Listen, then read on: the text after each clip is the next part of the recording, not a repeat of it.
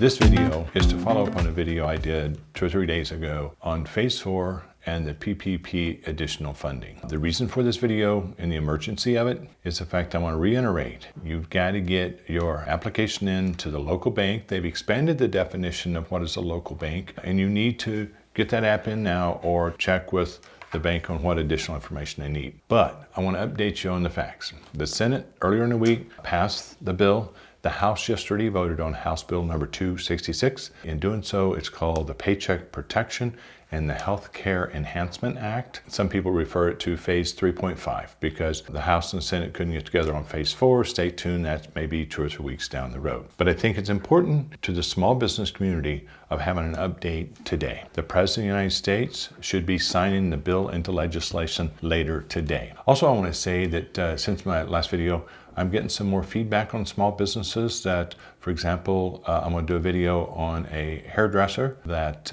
got her PPP loan this week. I just had a real estate client to get their PPP loan yesterday on April 23rd. So with some of these large companies are, I assume, are putting their money back in and giving it back to the government, some of my clients that did not get it and the funds supposedly were shut off are getting money. So the money is coming through. But let's pay attention to this House Bill 266. I'm looking at it. This is what the House passed last night. And the most important thing, it says by striking $349 billion and inserting $659 billion, that is the difference in the funding. So it's a $310 billion additional funding of the PPP. They've also put several million into what we call the economic or the emergency injury disaster loans. That's also a grant up to $10,000. Let's get to the facts. First thing is the funding is now there. Secondly, as I said in a prior video, check with your bank now, don't wait. If you've made an application with them, see where you're at in the pipeline.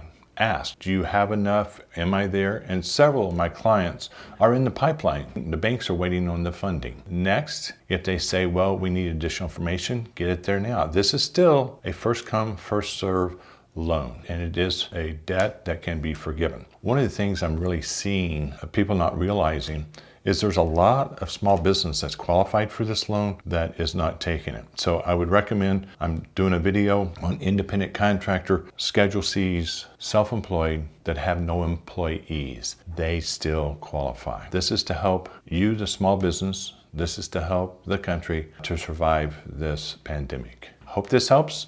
Thank you. Please subscribe and please go to the video in the small business, independent contractor, self-employed Schedule C with no payroll. A large number of small businesses are missing the application. Thank you.